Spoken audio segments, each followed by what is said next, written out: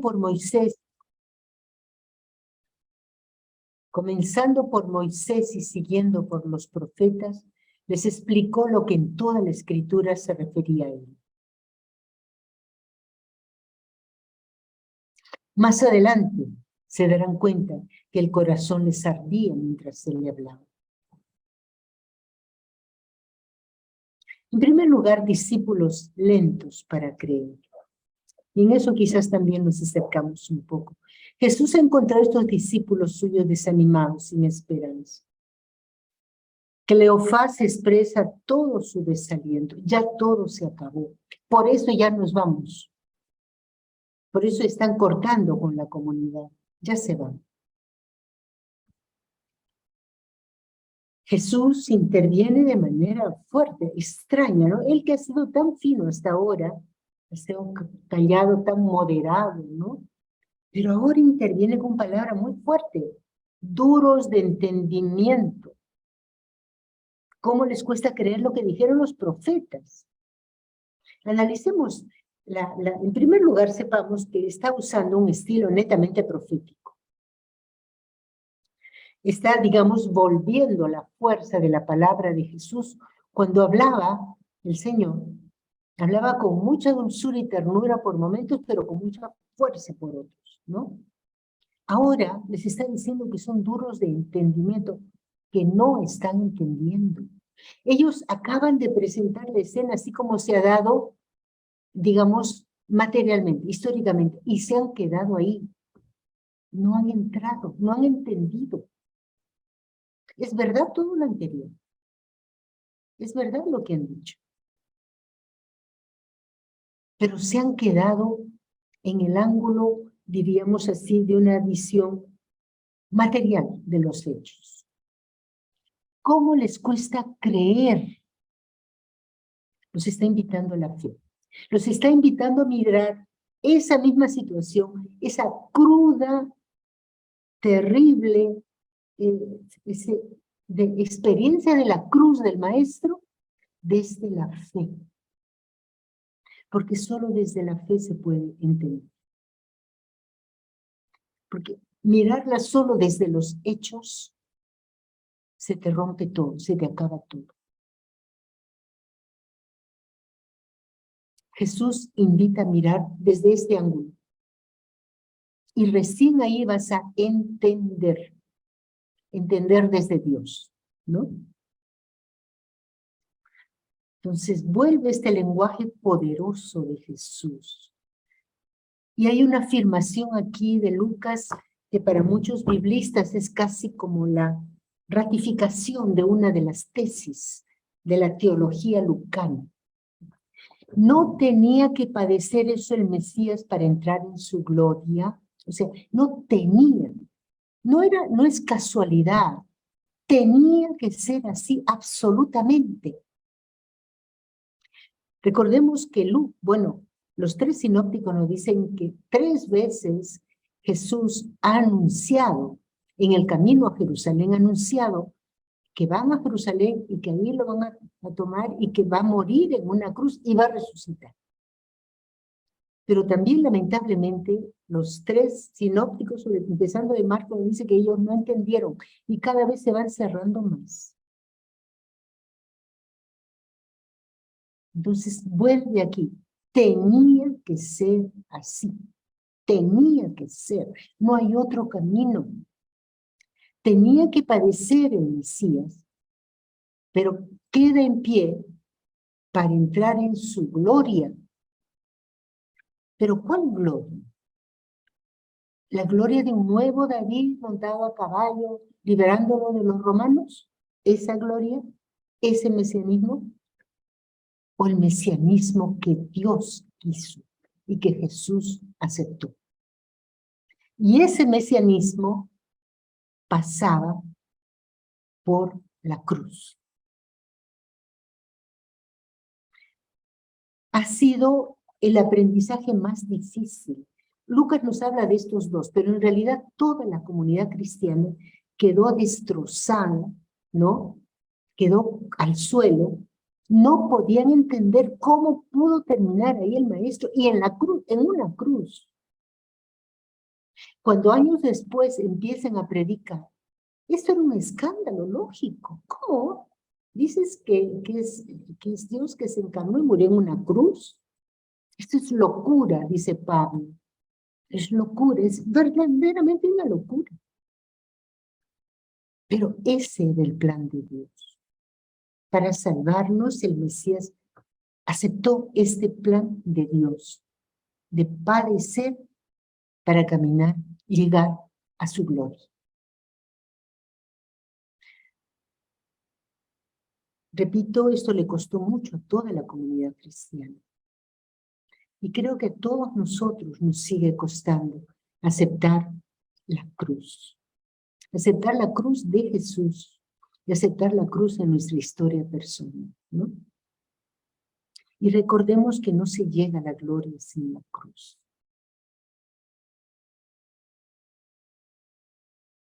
Los grandes místicos, ¿no? San Juan de la Cruz, Teresa de Jesús. Hace un poco hemos celebrado en Lima, creo que también en Ecuador, Santa Rosa de Lima, la carta que nos ofrece en el oficio de lectura es esto, este es el camino. Los cristianos no somos gente que se quede en la cruz porque nos gusta llorar y lloriquear. No, no, no. Pero sí tenemos que ser gente valiente que desde la fe aprendamos a introducir, asumir la dimensión de cruz que el Señor permite para nosotros. Sobre todo quienes nos hemos comprometido como sus seguidores, sus servidores, sus anunciadores, sus agentes pastorales, catequistas, anunciadores de la palabra. Tenemos una yapa dicen también en Ecuador, una yapa de cruz, de dificultad.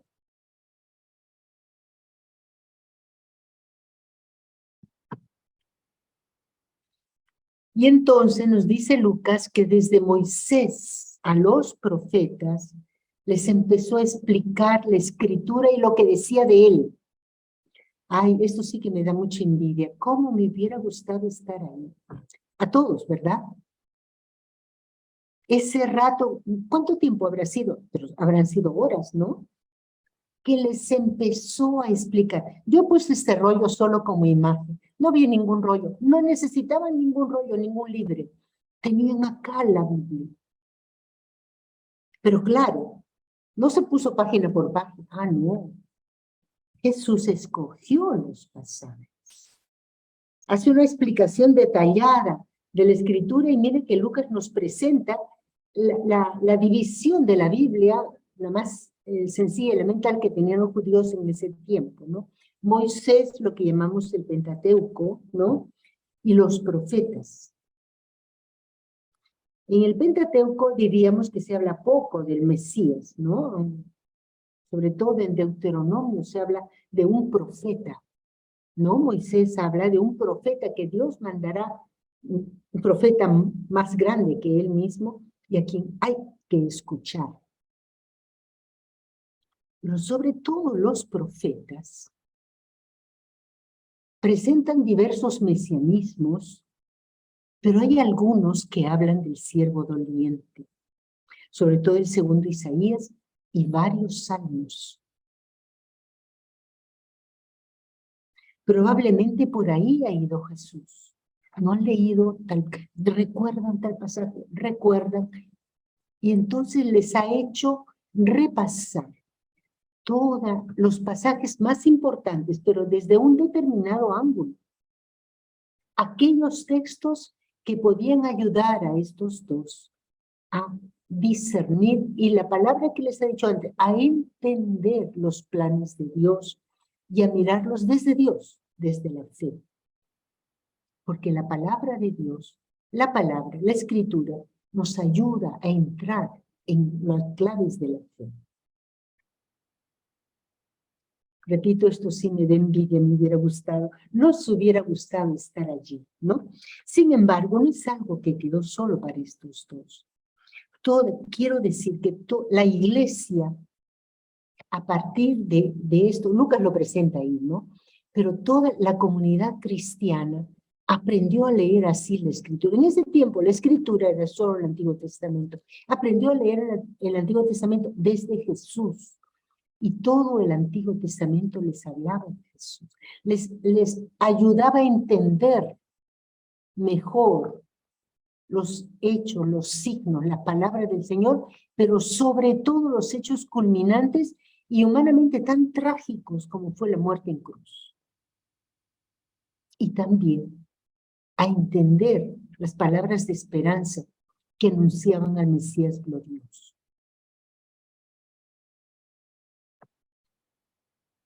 Entonces sí, el corazón vuelve a arder. Mientras están caminando, miren, he puesto parte de la imagen de nuestro amigo, el padre Cerezo, ¿no? La primera parte de su pintura, que Jesús les está hablando, pero están todavía con los ojos vendados, cegados, ¿no? Sin embargo, sienten que algo ocurre en su interior. Todavía no lo reconocen, pero sienten que su corazón empieza a sintonizar con la propuesta del desconocido, que lo que este desconocido les dice que no es otra cosa que lo que siempre estuvo en su Biblia, digamos, en lo que escuchaban en las explicaciones de la sinagoga. Ah, de verdad, claro, si ahí estaba, si lo decían, claro. Poco a poco los corazones empiezan, diríamos, a poner un poco de paz y a disponerse a la luz. Se van abriendo a la luz, se van abriendo poco a poco a entender, a aceptar con un poco de paz la gran tragedia de la cruz. Este leer o releer las Escrituras desde una precisa clave, lo que Jesús ha hecho. Repito, no les ha hecho todas las páginas desde Génesis 1. No era necesario. Esta clave, este modo de acercarse a la Escritura, será el modo como la Iglesia leerá, porque los primeros cristianos no descartaron la Biblia, no descartaron el Antiguo Testamento. Lo siguieron leyendo, pero desde Jesús, ¿no? Aprender entonces a leer para interpretar, para terminar de asumir y asimilar la tragedia de la cruz. Pero no solo, toda la historia, también lo que luego les ocurra, será interpretado desde la palabra de Dios y desde la experiencia de Jesús. Por eso, en el libro de los Hechos, Lucas nos pone, diríamos, que en las comunidades primeras que se reunían asiduamente para escuchar la palabra, la enseñanza. ¿Y cuál es la enseñanza de los apóstoles? Era todo Jesús, desde la palabra de Dios, desde el Antiguo Testamento, diríamos, presentaban las memorias de Jesús. Y cuando empiezan los grandes problemas, cuando encierren a Pedro en la cárcel, lo quieran matar, cuando Pablo tenga, diríamos, tanta persecución, volverán a acudir a la Biblia, al Antiguo Testamento, el Nuevo Testamento recién se está formando, ¿no? Para encontrar la clave de qué es lo que el Señor quiere, ¿no? Subrayo no solo para entender a Jesús, sino para entender toda la historia.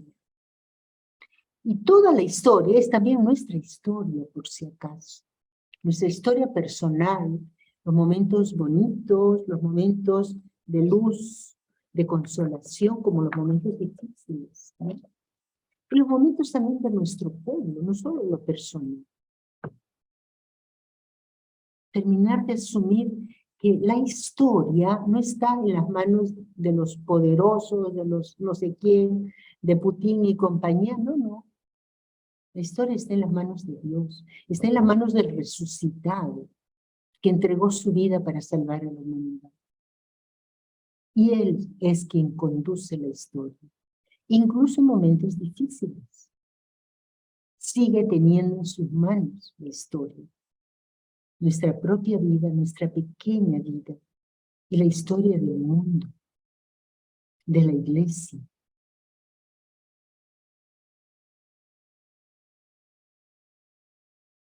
Nosotros, iglesia de este tiempo, necesitamos aprender de nuestros primeros hermanos, acercarnos asiduamente, no de tanto en tanto, ¿no? Los que estamos acá ciertamente tenemos amor por la Escritura, pero pensemos tantos hermanos nuestros, tantos católicos nuestros, que no han tenido experiencia personal de Jesús, que no han descubierto esta mina, este tesoro que es la palabra de Dios, para alimentar una fe sólida. En la Verbum, en la Verbum Domini, me he equivocado en la segunda letra, en el número 1, en la introducción, Verbum Domini es la exhortación después del sínodo de la palabra. El Papa Benedicto nos dice es necesario revalorizar la palabra de Dios. Desde el concilio mucho se ha caminado, pero mucho falta hacer, ¿no? Revalorizar y descubrir la palabra como el sacramento de la presencia de Jesús, junto con la Eucaristía, son los dos grandes signos como podemos encontrar y tocar, diríamos, al Señor, como podemos tener experiencia real de Él. Apliquemos a nuestra vida. Somos una generación de sobrevivientes, ¿no? No solo de la pandemia. Yo les cuento que hace un mes justo estaba ahí, quietecita, también en esta misma habitación, pero en cuarentena porque me visitó el feo COVID. Muchos de nosotros lo hemos tenido y muchos de nuestros hermanos han partido malamente desde hace 2 años, ¿sí o no? ¿Se acuerdan las primeras olas? ¿Cuánta gente le hemos dicho adiós sin podernos despedir? Pero no solo la pandemia, sino la cola, digamos, de desesperanza, de tristeza y de otros problemas que esta pandemia ha puesto de manifiesto en nuestros países, los malos servicios de salud, de educación, de comunicación, etc. Entonces, necesitamos como cristianos reafirmar la certeza de que incluso en los momentos oscuros el Señor está. Y está y nos quiere enseñar a interpretar el tiempo. Esto muchas veces Jesús lo ha dicho. ¿Cómo es posible? Ustedes saben leer el tiempo según ver si hay nubes, si no hay nubes, en fin. Y no saben interpretar este momento, la historia, los signos de los tiempos, ¿no? Y el Señor entonces nos acompaña en nuestro camino para enseñarnos, porque creo que somos bastante parecidos, por lo menos yo me siento parecidita a aquellos 2 de Maús, ¿no? Que no, posible que no entiendan, Jesús le dice que no comprendan las cosas desde Dios. Entonces, para que podamos comprender, mirar las cosas, los hechos, los acontecimientos de nuestra vida personal, de nuestra comunidad, de nuestro pueblo, ¿no?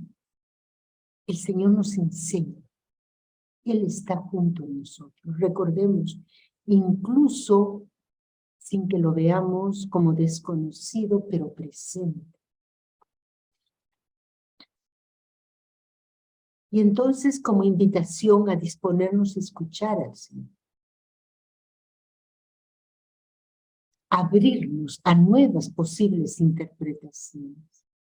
Y abrirnos a la certeza de interpretar desde la fe cristiana, desde la palabra de Dios, desde la Biblia. No sé si en Ecuador será igual, pero aquí mucha gente que o se va quedando sin fe, sin nada, o van buscando como la gran novedad estas interpretaciones que vienen de Oriente, ¿no? De los budistas, de los... ¿Para qué buscar otro maestro si tenemos a Jesús? El único que tiene en mano, según el Apocalipsis, ¿no? Tiene en su mano los caminos de la historia.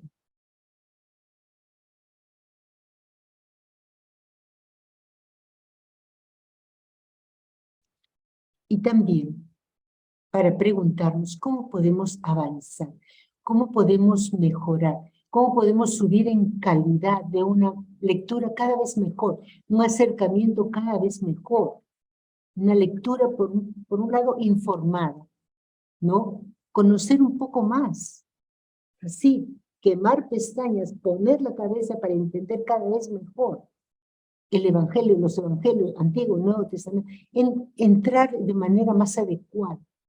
Ojalá fuéramos todos licenciados en Biblia, ¿no? Pero bueno, que seamos por lo menos cristianos suficientemente informados. Pero no solo, no basta eso, no basta leer, no basta entender, que una lectura creyente, una lectura de fe, dispuesta a que el Señor nos cambie los esquemas y podamos entrar en su esquema. Y actualizar, no solo saber para tanto, para tener una idea brillante en la cabeza, sino para de este modo poder entrar mejor, entender mejor el hoy y entender cómo puedo yo desde mi pequeño intervenir, apoyar, poner mi granito de arena, decimos, ¿no? En el camino para que este mundo se convierta en el reino de Dios. Este momento, el segundo momento de Maús es particularmente importante porque es el momento propiamente de la palabra. Estamos empezando el mes de la Biblia. Entonces, abramos el corazón a la palabra del Señor, ¿no? Dispongámonos, prometámosle una lectura más profunda, más asidua, más iluminada, más creyente. Tercer momento. El tercer momento, Jesús parte el pan. Se acercaban al pueblo donde se dirigían y él hizo ademán de seguir adelante, pero ellos le insistieron, quédate con nosotros que se hace tarde. El día se acaba. Entró para quedarse con ellos y mientras estaba con ellos a la mesa tomó el pan, lo bendijo, lo partió y se lo dio. Entonces se les abrieron los ojos y lo reconocieron, pero él desapareció de su vista. Y se dijeron uno a otro, nos sentíamos arder nuestro corazón mientras nos hablaba por el camino y nos explicaba las Escrituras. Estos dos discípulos son inteligentes. Sus ojos todavía están cerrados, no lo reconocen, pero ya se dan cuenta que no pueden dejarse, no pueden perder a este desconocido. Les ha hablado duro, les ha hablado fuerte, pero sienten que por ahí está la verdad. Por eso le invitan, no te vayas, por favor, no te vayas, quédate, que se hace oscuro. Hay varias canciones hermosas de Maús que dicen esto, ¿no? Sin ti, en realidad, sin el Señor, todo se hace noche. Lo invitan a entrar, y es interesante que el desconocido, ¿no? Cuando entra en la casa, ya no es invitado, pasa a ser anfitrión. Porque el que parte el pan es el dueño de casa. Uno de ellos, se supone que Cleofás es el dueño de casa, él tendría que haber partido el pan. Pero el invitado ahora preside. El que estuvo como marginal, que se metió como de soslayo, ahora está como dueño, ¿no? Claro, les ha iluminado, les ha aclarado, los ha conducido a poder descubrir, interpretar todo desde otro ángulo, mucho mejor. Gracias que se aceptó quedarse, que no se fue, ¿no? Y ahora se sienta en la mesa con él, qué bonito. Hasta ahora, compartir la mesa es una de las señales más bonitas de cariño, de confianza. En ese tiempo, mucho más para los pueblos orientales, ¿no? Compartir la mesa. Al partir el pan. Notemos que Jesús había hecho todo correctamente.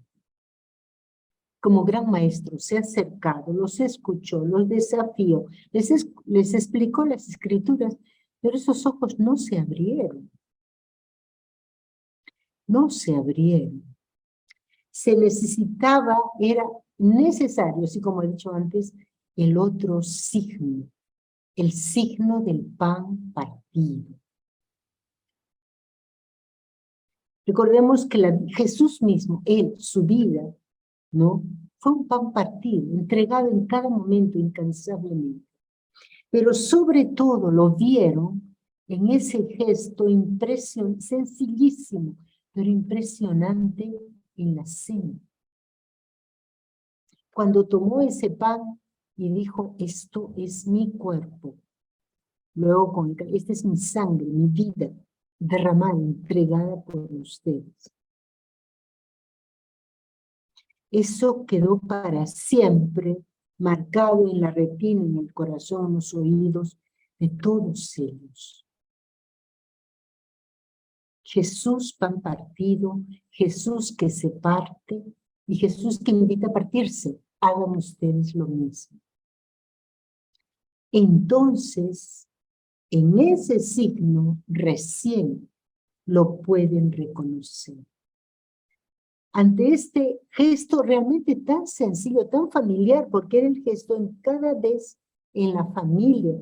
Nosotros ahora tenemos, por decir, hemos adoptado la costumbre, no sé si es bueno o mala, los panes individuales, ¿no? Cada uno coge su pancito, se lo prepara, en fin. En esos tiempos era un solo pan que el papá o la mamá tomaban, partían en grandes trozos e iban repartiendo, ¿no?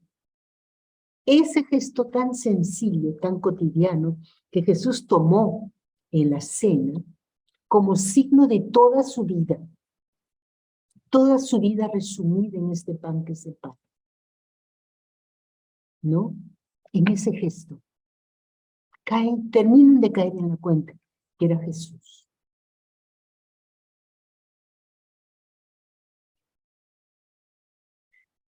Por eso ya no es necesaria su presencia visible, es algo que como que no se entiende, ¿no? Recién lo reconoce y él desaparece. Por un lado, ya no se necesita su presencia visible, porque ya los ojos se han abierto. Y Jesús ahora, con una claridad meridiana, sus discípulos ya lo ven, ya lo tienen dentro.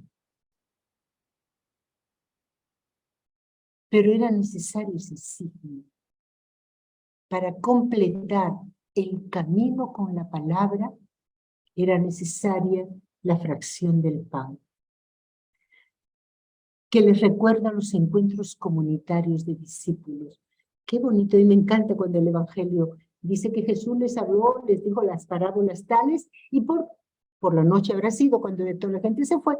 Jesús, explícanos cómo era eso, cómo era lo de la semilla. Y Jesús les explica cómo habrán sido de bonitos, de entrañables esos encuentros con el Señor, ¿no? Esos encuentros de familia, de grupo, de amistad profunda,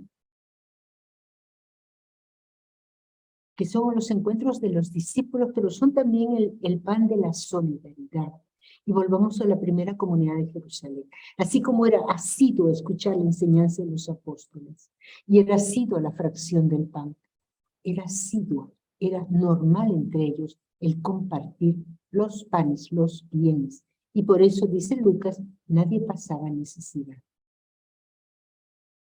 Entonces, no es solo el pan, digamos, del culto, de la misa, es el pan partido de la fraternidad, del afecto, entre preocuparse uno por otro y venirse al encuentro, y darse la mano. El pan de la solidaridad. Apliquemos a nuestra vida también algunas pautas, algunas preguntas. Es necesario que sigamos revisando nuestra Eucaristía. Los cristianos católicos siempre le hemos dado a Jesús Eucaristía todo lo más grande, ¿no? Lo hemos reservado para Jesús. Pero habría que preguntarnos, además de ser el acto mayor de culto y más cuidado, ¿es verdad que nuestras Eucaristías son lugar de comunión entre hermanos?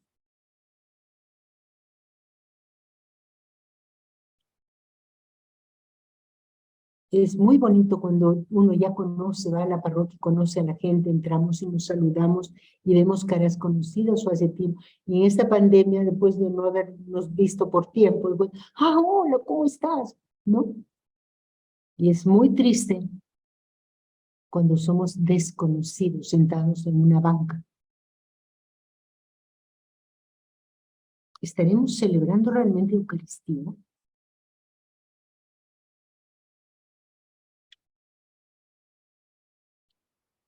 Podemos preguntarnos por otro lado, la fraternidad, la solidaridad de nuestras comunidades, de nuestras parroquias, hace evidente la presencia de Jesús resucitado.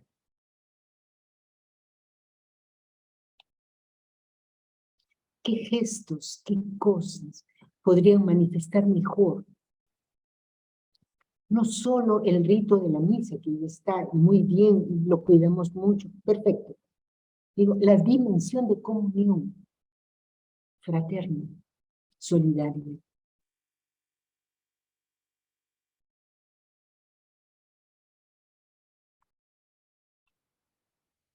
Vamos al cuarto momento, el regreso a Jerusalén.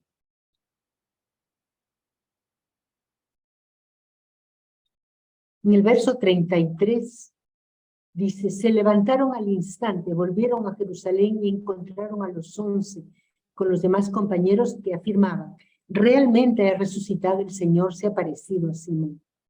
Ellos por su parte contaron lo que les había sucedido en el camino y cómo lo habían reconocido al partir el pan. Hablaban de esto cuando se presentó Jesús en medio de ellos.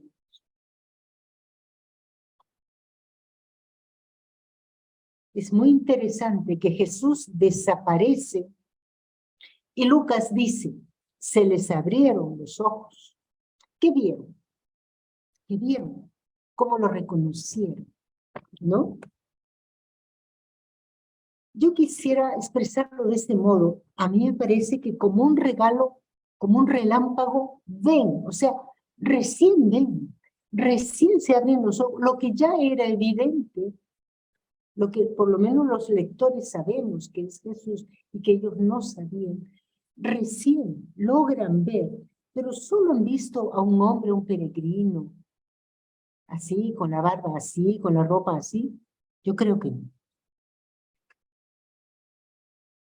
Recién han visto que este no solo es el Jesús que conocieron antes, sino que está vivo, está más vivo que nunca, está glorificado, resucitado, está colmado de la gloria de Dios. Eso es lo que han visto. No han visto un hombre más, no. Ven que Jesús está vivo con la plenitud de Dios. Lo ven colmado de gloria. Es su encuentro con el resucitado. Ya no se necesita que estos ojos vean algo, no, porque están viendo al resucitado. Están teniendo experiencia con todo su ser de Jesús glorificado. No volvieron a ver al Jesús histórico, no, no, no. Las apariciones de Jesús resucitado ya no son volver atrás. También le encuentro con María Magdalena. No. Ven al glorificado.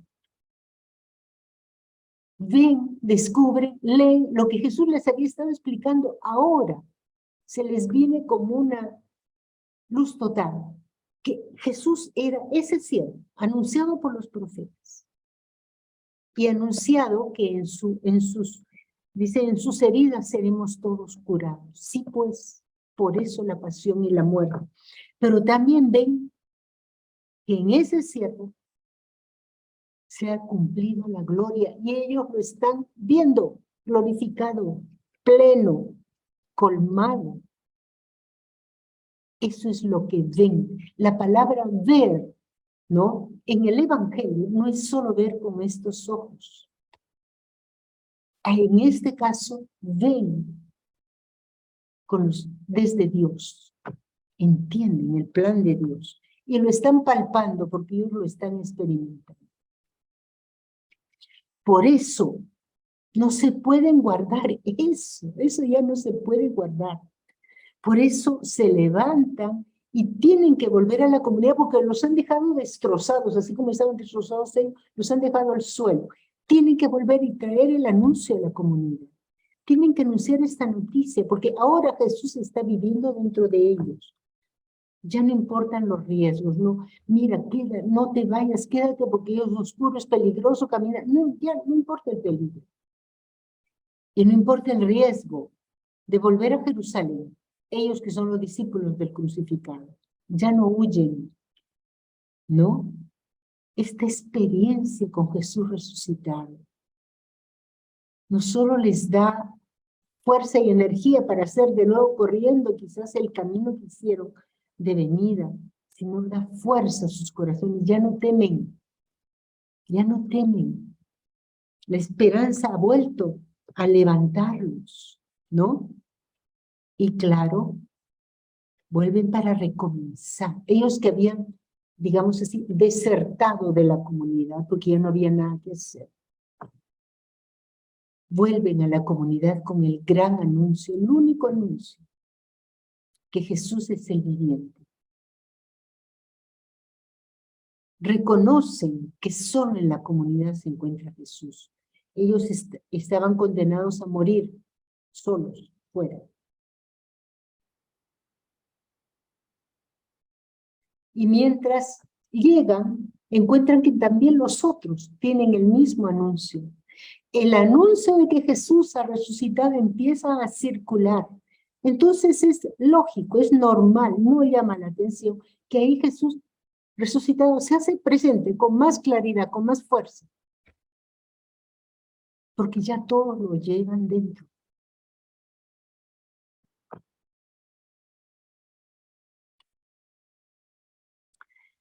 Lucas nos describe de este modo al final de su evangelio lo que ya nos presenta también en el libro de los Hechos, ¿no? ¿Cómo ve la comunidad? ¿Cuáles son las líneas, los ejes, las potencias de la comunidad cristiana, ¿no? Entonces volvemos a la pregunta, ¿dónde está el Señor? ¿Dónde lo encuentro? ¿Es que se ha ido? ¿Es que nos ha dejado solos? ¿No? Este relato nos muestra tres modos, no los únicos, pero los más importantes, de la presencia de Jesús resucitado. En su palabra, pero leyéndola en determinada clave desde Jesús. En el pan partido, no solo el pan del culto, digamos, sino el pan de la comunión, el pan repartido, y en la comunidad, en la fraternidad. Porque la palabra conduce a la mesa, así dice desde el concilio, ¿no? La mesa de la palabra, la mesa de la Eucaristía, y en realidad es una sola mesa donde Jesús se nos entrega. Y esta mesa eucarística nos conduce a los hermanos, nos conduce a la comunidad de hermanos, a la comunidad cristiana, y nos conduce a los hermanos necesitados de apoyo, de ayuda. Nuevamente aplicamos a nuestra vida, invitación a revisar nuestra Eucaristía. ¿Es de verdad lugar de comunión? La fraternidad, la solidaridad de la comunidad hace notar que hay un viviente entre nosotros.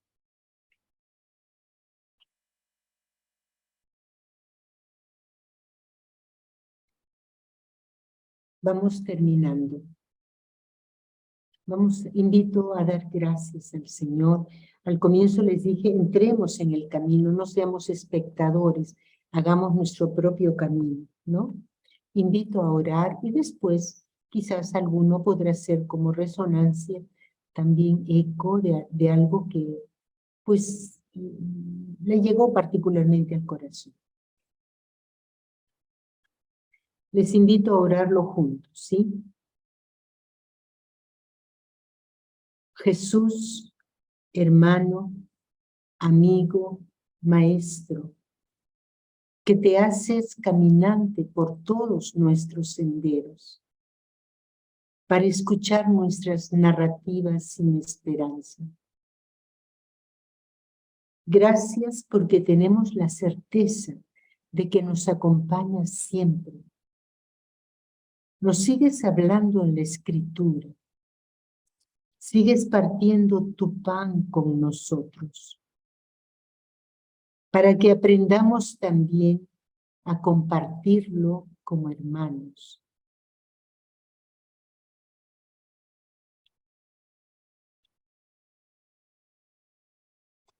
Devuélvenos el sentido de familia. Enséñanos la fraternidad. Haznos encontrar los senderos del diálogo.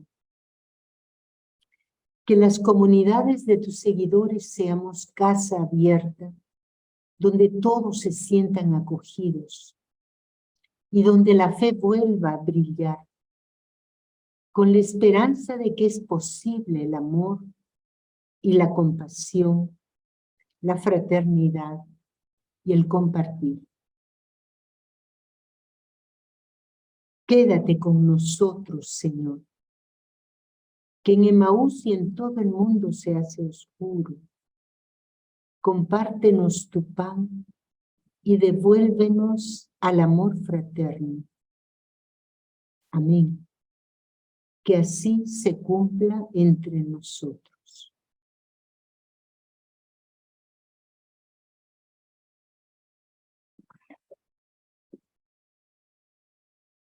Amén. Gracias, hermana.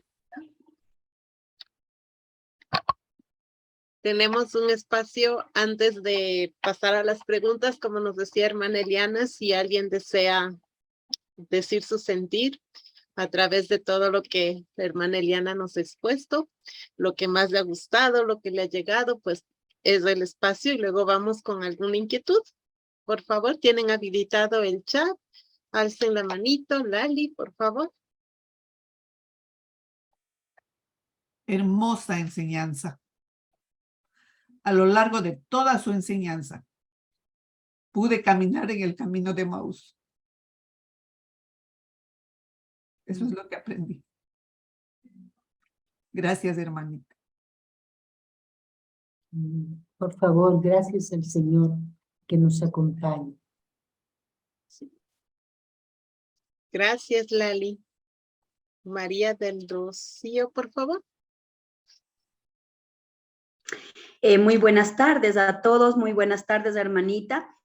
Yo también le agradezco muchísimo, Dios le pague por la enseñanza, por recordarnos lo que el Señor siempre nos habla en su palabra, por hacernos vibrar el corazón, lo que el Señor siempre quiso con nosotros, por abrirnos los ojos cada día, en cada momento en su palabra. Gracias, hermana, y felicitaciones. Muy buenas tardes.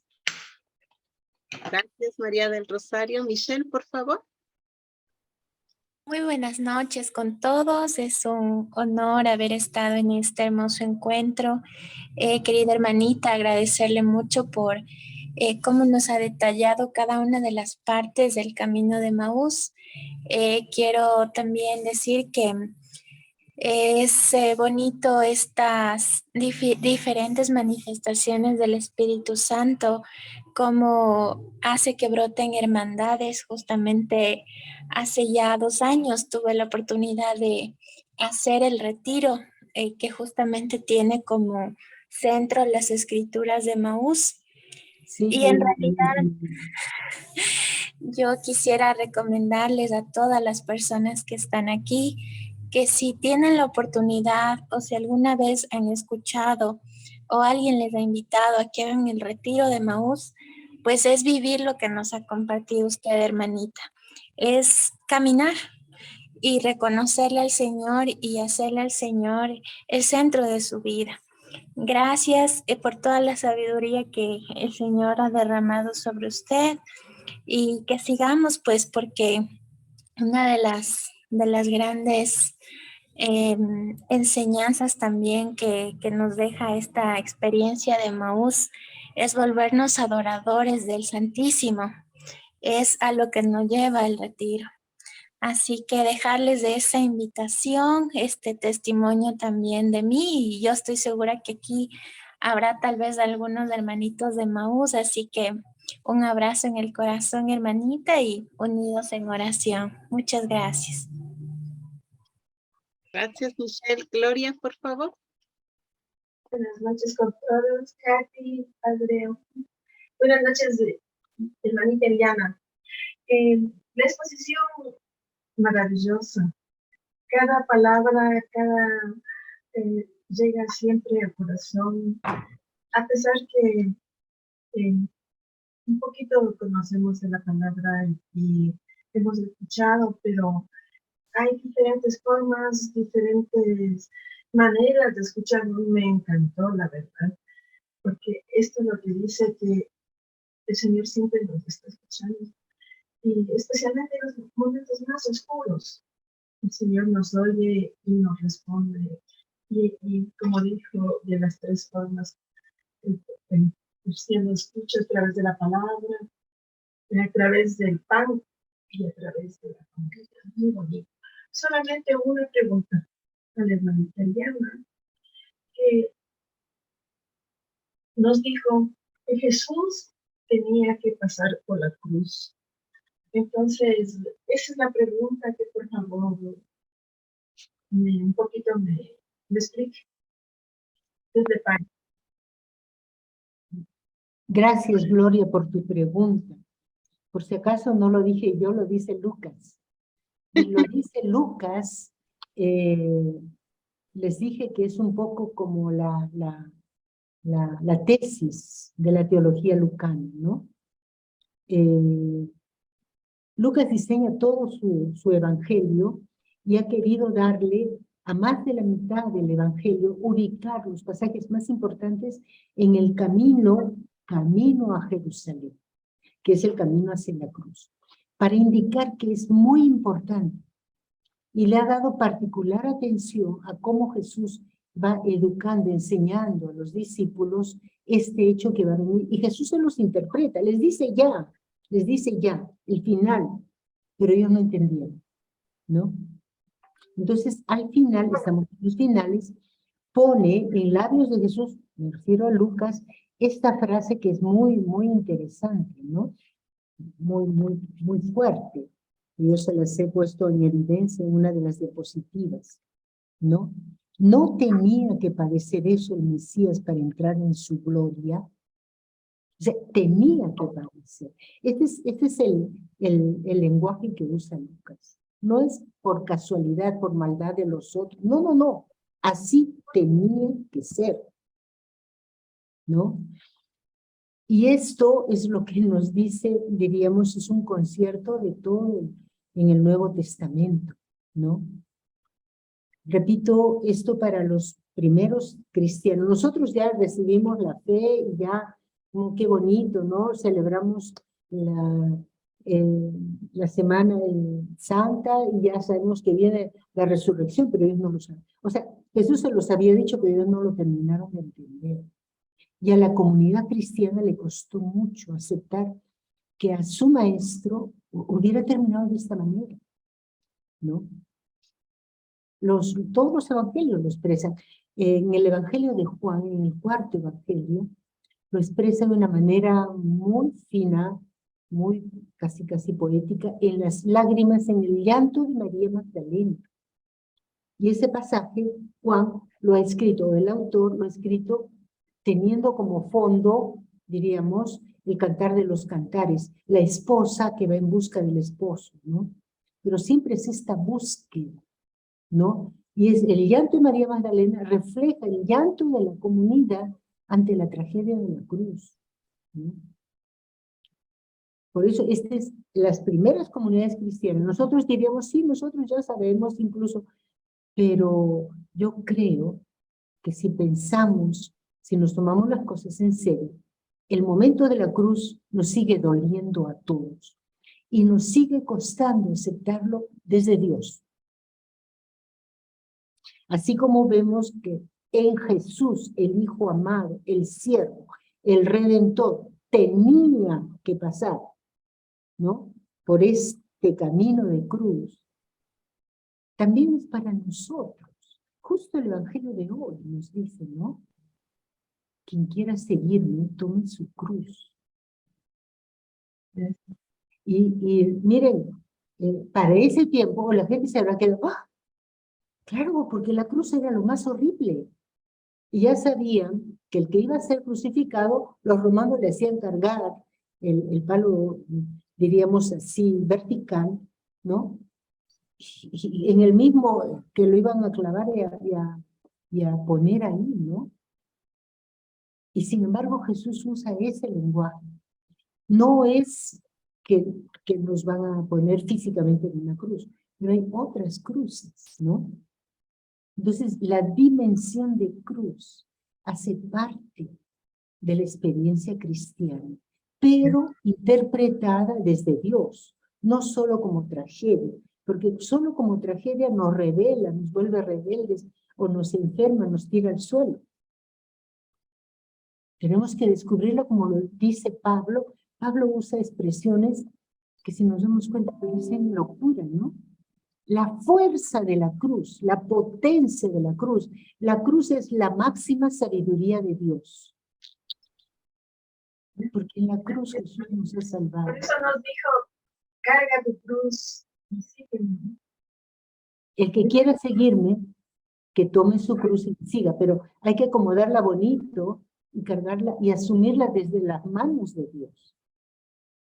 No como, ay, ¿por qué me pasó? Renegando, ¿no?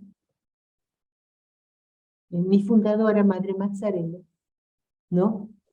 Decía que hay que llevar la cruz como señora. O sea, con mucha dignidad, sin tirarme al suelo, quejándome con todo el mundo, ¿no? Y de Don Bosco, mi fundador, decían que cuando lo veían particularmente alegre, sus primeros salesianitos decían, ay Señor, ¿qué problemas tendrá Don Bosco que está particularmente alegre? Porque eran gente que vivía desde Dios, ¿ves? Interpretaban los problemas y las dificultades desde Dios. Esto que Jesús les ha dicho, no comprenden los planes de Dios. Y crean que yo creo que todos seguimos con mucho cariño al Papa Francisco, ¿no? Por otro lado, sabemos la cantidad de problemas que tiene, incluso acusaciones y cosas que le vienen desde dentro de la iglesia, y tú lo ves tan tranquilo, tan sonriente, y yo digo, ¿cómo se hace este hombre para cargarse el mundo entero, diríamos, en su corazón? Y estar tan sereno, yo estaría echada a llorar por decirlo. Claro, a cada uno el Señor nos da una misión, pero como cristianos sepamos que tiene siempre este margen de cruz. Pero no solo la cruz, es la cruz para la gloria, porque la marca es la resurrección, ¿no? Tenemos que vivir en esta clave de vida nueva, de resurrección. No sé si en Ecuador se ve igual. En el Perú, el dueño del Perú es el Señor de los Milagros y tenemos grandes Cristos, ¿no? En todo el Perú, grandes devociones, pero muy poco de Jesús resucitado.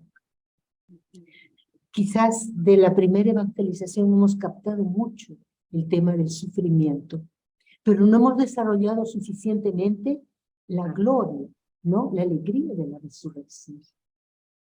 Creo que es tiempo de tomar los dos momentos. Si nos fijamos, el pasaje de Maús nos presenta los dos momentos. Ayudar a los discípulos y a nosotros a asumir, a interpretar el momento de la cruz en Jesús y en la comunidad cristiana. En la comunidad cristiana, ¿no? Y para seguir construyendo reino de Dios. Déjenme decir que Jesús enseñó tantas veces, explicó que había que seguirlo llevando a la cruz. Y las únicas valientes que lo siguieron hasta el final, hasta la cruz, fueron ese grupo de discípulas galileas. Las únicas que estuvieron cerca de la cruz, en el sepulcro y en la sepultura, y luego, por supuesto, fueron a buscar y son las primeras testigos de la resurrección, lógico, las únicas que sabían dónde estaba, ¿no? Bueno, Me encanta que alguno de ustedes haya dicho que nos metimos en el camino. Esa era mi invitación. No te quedes fuera expectando. Metámonos todos en el camino para hacer la experiencia. Creo que hay algunas manos levantadas todavía. Si hubiera alguna pregunta. Sí, Blanca Ortiz, por favor. Muy buenas tardes, hermanitas, hermanita Eliana. Me sentía camino a Emaús, siendo tan pecadora como lo soy. Me sentía caminando con Jesús y abriéndole mi corazón le pedía perdón. Porque uno en esta vida tiene que saber reconocer que solo Jesús es el único que nos salva. Sentía el Evangelio de San Lucas como que si Él nos estaba diciendo, aquí estamos. Porque no seguimos lo que el Señor nos dice. Vamos a la iglesia, pero solamente de momento. Oímos estas reflexiones, pero como mi madre me decía, por aquí entra y por acá sale. Te pido al Señor que me siga dando ese amor fraterno para seguir compartiendo su palabra como lo hago en la catequesis en la iglesia. Nosotros en la iglesia de aquí, en la parroquia, sí tenemos a un Señor crucificado. Le veo a Él y le digo, Señor, tú desde la cruz nos sonríes y nosotros no oímos tu llamado. Esta reflexión que usted nos hace, hermanita, llegó tanto a mi corazón que le pido a Dios que el Centro de Verbo Divino siga trayendo más personas que nos hagan entender la palabra del Señor. Gracias, hermanita. Muchas gracias por lo que nos ha compartido, Blanca. Solo me permito sugerirle algo a usted y a todos. Dejémonos consolar por el Señor. Todos somos frágiles, todos somos pecadores. Aquí nadie es santo, estaríamos ya en el cielo. Todos estamos en camino, por eso les invité a hacer el camino, entrar en la caminata, digamos, ¿no? Para hacer el camino. Descubramos que no vamos solos. Desde nuestra pequeñez hay alguien que nos acompaña, una mano grande, digamos, que nos sostiene, una mano que nos abraza y que Él es nuestra fuerza, que nos ayude a descubrir el sentido del sufrimiento, de la cruz, como le digo, no solo personales, también de nuestro pueblo. Hay tanta gente que sufre muchísimo más que nosotros, injustamente. Pero depositemos, ojalá, con mayor fuerza, la confianza en Él, porque Él es el resucitado. Él es el que tiene en manos nuestra vida, nuestra historia. No estamos en manos del presidente, de los personajes, no. María lo cantó, la madre lo cantó, su magnífica acción. Volvamos a esta certeza de esa pequeña niña que canta con tanta valentía, que Dios, su Dios, el Dios que lleva en su vientre, va a cambiar los destinos de la historia. Y como fruto nos va a dejar la alegría. Ella con toda alegría está cantándole a su Dios.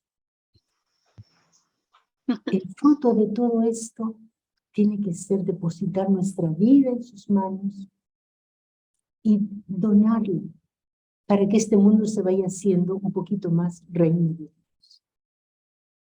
¿No? No sé por qué dije eso, pero creo que es importante. No, de verdad lo digo, ¿sabe? Cuando yo voy al Señor de los Milagros aquí al santuario, con frecuencia veo a gente, nuestra gente, que la oración, tú ves solo los ojos contemplando al Señor y muchas veces llorando. Es verdad, le llevamos al Señor nuestras tristezas. pero llevémosle también nuestras alegrías. El Señor no solo atrae nuestras tristezas, también es fuente de alegría, porque Él está, es de la alegría, es de la certeza, es de la fortaleza. Él está cerca, Él está junto, Él camina con nosotros. Por eso aquellos dos que llegaron con fatiga, con dolor, regresaron, ¡buf! ¿No? Tenían alas en los pies y en el corazón. Blanquita, a mí la frase que me ayuda mucho es siempre repetirme, se trata de vida, de vivir, no de perfección. Se trata de vida. Bueno, Mari, por favor.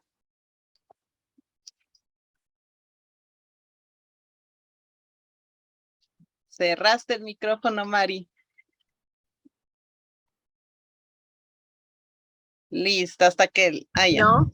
A ver. Muy buenas tardes a todos los hermanitos del equipo del Centro Verbo Divino y buenas tardes a nuestra hermanita. Yo contenta de haber tenido esta reflexión, aunque me atrasé, pero ya estoy aprendiendo a entrar y me gustó mucho la reflexión de mi hermanita y quiero decir, la cruz para mí tiene poder y es la gracia que me da para salir adelante. Dios está vivo y está en nuestros corazones, como decía la hermanita, para vivir en fraternidad y estoy aprendiendo mucho para poder llevar ese amor hacia la comunidad. Y quiero decir, hermanita, gracias, estoy muy agradecida y a Dios por poder entrar. Gracias, hermanita, y al equipo del Centro Divino. Buenas noches. Gracias, Mary. Gracias. Víctor Hugo, por favor. Sí, muchas gracias, Katy, hermanita. Usted nos ha hecho hacer un recuerdo de que cómo nace el vínculo de la iglesia con los creyentes. Es lo que les pasó a los discípulos de Maús, que cuando se alejan, cuando nos alejamos nosotros los católicos, nos alejamos de la iglesia, ¿a dónde regresamos corriendo? Después de no haber oído misa, no haber cumplido los sacramentos de la comunión y todo, ¿a dónde regresamos corriendo? Porque abrimos los ojos nuevamente a la iglesia, arrepentidos. Es lo que les pasó a los discípulos de Maús, que cuando abrieron los ojos, ¿a dónde? Al cenáculo donde estaba María con los apóstoles. Ahí es lo que me pasa a mí. Cuando yo estoy débil, me alejo, veo las cosas que pasan dentro de la parroquia, entonces me desanimo, entonces abro los ojos nuevamente. ¿Y a dónde corro? Al sacramento de la Eucaristía, a la comunión. Entonces se renueva mi fe, se renuevan mis esperanzas. Entonces tenemos que darnos cuenta que en la cruz está nuestra vida, en la cruz está nuestra salud, en la cruz está nuestra gloria, en la cruz está nuestra alegría, porque dice Tomás de Kempis en la imitación de Cristo, si no aprendes a llevar la cruz de Cristo, donde quiera que vayas, miserable seguirás siendo. Eso es, hermanito. Mi hermanita, muchas gracias por su enseñanza. Gracias a usted. Irma, por favor. Sí, buenas tardes, madre. Realmente una hermosa reflexión acerca del camino de Maús. Pues yo quisiera compartir, ¿verdad? Cuando las cosas van muy bien, ¿verdad? Ser agradecidos y reconocer que Jesús está con nosotros y que Dios es el que provee, que da ¿cómo se diría? La abundancia, que da el bienestar, que cuando estamos en familia, ¿verdad? Decir, ay, mira qué bonito que Dios nos permite estar unidos, que nos permite compartir con los chiquitos, con los nietos, con todos los niños del hogar, ¿no? Estar papá y mamá y los hijos, en mi caso los que están casados, ¿verdad? También compartir con sus familias y su esposa y dar gracias. Yo nunca había puesto el camino de Maús aplicado a la gratitud y a las cosas buenas. Siempre era agradecida con Dios, pero ahora lo voy a poner en práctica, ¿verdad? Y también en la dificultad, ¿verdad? Reconocer a Jesús, ¿verdad? Como lo hacían los hermanos de Maús que iban para allá. Yo recuerdo, a lo mejor ya lo he contado, ¿verdad? Yo recuerdo que cuando me trajeron una cosa muy fuerte, la más fuerte de mi vida, me trajeron la noticia de que mi hijo Cristian acababa de fallecer. Entonces, yo tengo en el comedor colgado una cruz de un crucifijo y al lado está la Virgen de Guadalupe en la pared. Y recuerdo que solamente respiré hondo y profundo y dije, ahora sí, Madre mía, vamos rumbo al Calvario. Tú me acompañarás a crucificarme a mí misma, porque decía yo, pues ya mi hijo ya se fue, ¿verdad? ¿Quién era la que se iba a crucificar? Pues yo. Entonces, por ese dolor, le digo, tú me acompañarás hasta allá. Y ahorita lo aplico, ¿verdad? Al camino de Maús y digo yo, bueno, en ese momento Dios estaba ahí conmigo y también al crucifijo le dije, ¿verdad? Le dije, Jesús, voy rumbo a tu cruz, voy a crucificarme contigo, ayúdame, hazme fuerte, dame fortaleza, en todo momento, hasta el último, pues aquí, ¿verdad? En Estados Unidos, pues hasta que arregla los asuntos de la funeraria, la misa, el sepelio y todo eso. No era fácil y aquí se tardan siempre. Él falleció el 17 y hasta el 27 lo enterramos. Los días del novenario, de que se rezaba todos los días antes de que se sepultara aquí y luego después el novenario. Pero yo sabía que eran largos días porque ya lo habíamos vivido con los amigos o siempre también ando ayudando con los asuntos de los funerales. Y decía, esto va para largo. Y así le pedía a Jesús, voy rumbo al Calvario, voy contigo, voy con María, ayúdame, ¿verdad? No es tan, como se dice, a lo mejor, ¿verdad? Estaba mi esposo, estaba mi niña y mi otro hijo, ¿verdad? Y ellos pues estaban muertos en llanto y en desesperación, ¿verdad? Pero había alguien que tenía que estar con los pies sobre la tierra para tomar todas las decisiones. Y por gracia de Dios y por bendición de Dios me tocó a mí, pero es muy difícil en un momento de dificultad, la gente se desespera, pide, hace otras cosas, actúa negativamente, pero reconocer que vamos en ese camino de Emaús y que Jesús va a nuestro lado, pues yo pienso que si todos lo reconociéramos en el momento, ahora, a partir de hoy en adelante, siempre voy a decir, en lo malo, ¿verdad? Aquí va, y también para la gente que se acerca a mí, ¿verdad? Pidiendo alguna orientación o una plática también, decirle, ¿sabes qué? No, no vas solo, Jesús va contigo, vamos en el camino de Maús. Y al final Dios, así como partió el pan con los que iban ahí caminando, ¿no? Al final abrieron los ojos y lo reconocieron. Pues yo pienso que cada dificultad al final tiene una consecuencia buena, al final termina lo malo y Dios da la bendición de que dice, ya saliste de tu problema, ¿no? Entonces, para mí, ahora, de hoy en adelante, yo sé que Jesús me acompaña, pero ahora lo voy a aplicar como el camino de Maús, como Jesús va a mi lado, en lo bueno y en lo malo también. Pero yo pienso que en lo malo yo voy en los brazos de Jesús. Así es. Muchas gracias, Madre. Gracias a usted y gracias a todos que han compartido, que me han dado la alegría, la posibilidad de compartir este tema, ¿no? Con ustedes y de saber, repito, es la palabra del Señor. Por favor, no me digan gracias a mí. Simplemente yo he tenido la alegría de poder profundizar un poco, poderles ofrecer algunas pautas de este texto tan rico. Lo que nos toca el corazón es el Señor con su palabra, ¿no? Nos quedaremos en la palabra. Les invito a quedarnos en el camino de Maús y continuar este itinerario, ¿no? Ese camino nunca termina. Con Jesús. Camino de Jesús, camino de Maús, son dos discípulos que marchan con aire entristecido, no tienen meta ni objetivo. Su esperanza se ha apagado, Jesús ha desaparecido de sus vidas. Hablan y discuten sobre él, pero cuando se les acerca lleno de vida, sus ojos no son capaces de reconocerlo.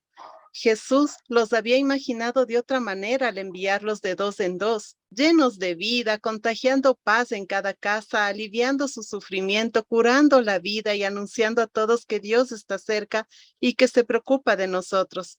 Aparentemente estos discípulos tienen lo necesario para mantener viva la fe, pero algo ha muerto dentro de ellos. Conocen las escrituras sagradas, no les sirve de nada. Han escuchado el evangelio en Galilea. Todo les parece ahora una ilusión del pasado. Ha llegado hasta ellos el anuncio de que Jesús está vivo. cosas, de mujeres. ¿Quién puede creer en algo tan semejante?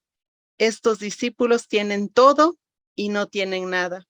Les falta lo único que puede hacer arder su corazón, el contacto personal con Jesús vivo y resucitado. ¿No será este nuestro problema? ¿Por qué tanta mediocridad y desencanto entre nosotros? ¿Por qué tanta indiferencia y rutina? Se predica una y otra vez la doctrina cristiana, se escriben excelentes libros acerca de Jesús, se publican estudios, no faltan palabras y celebraciones. Nos falta tal vez una experiencia más viva de alguien que no puede ser sustituido por nada ni por nadie. Ese es Jesucristo, el viviente. No basta celebrar misas ni leer textos bíblicos de cualquier manera. El relato de Maús habla de dos experiencias básicas. Los discípulos no leen un texto, escuchan la voz inconfundible de Jesús que hace arder su corazón. No celebran una liturgia, se sientan como amigos a la mesa y descubren juntos que es el mismo Jesús quien los alimenta. Y ya no les canso más, pero lo que usted iba hablando me recordaba de esta lectura rica que suelo tener con Pagola o a través de Pagola, que es otro instrumento que nos ayuda. A veces nos habla duro. Excelente autor, sí, sí, a mí me gusta mucho también. Y nos habla la mediocridad, que estamos tanto en misas, pero si no tenemos un contacto con ese Jesús resucitado, de nada sirve todo lo que hagamos. Así que esa es la invitación de todos ahora, para a través de Pagola, a través de la hermanita Eliana, a través de cada una de sus intervenciones, para tener realmente esa vivencia del resucitado y no solo hablar, como dice Job, yo solo te escuchaba, pero ahora ya estoy contigo. Entonces, les quería compartir, ¿no? Para que sigan con sus lecturas, pero sobre todo con ese encuentro vivo con el resucitado.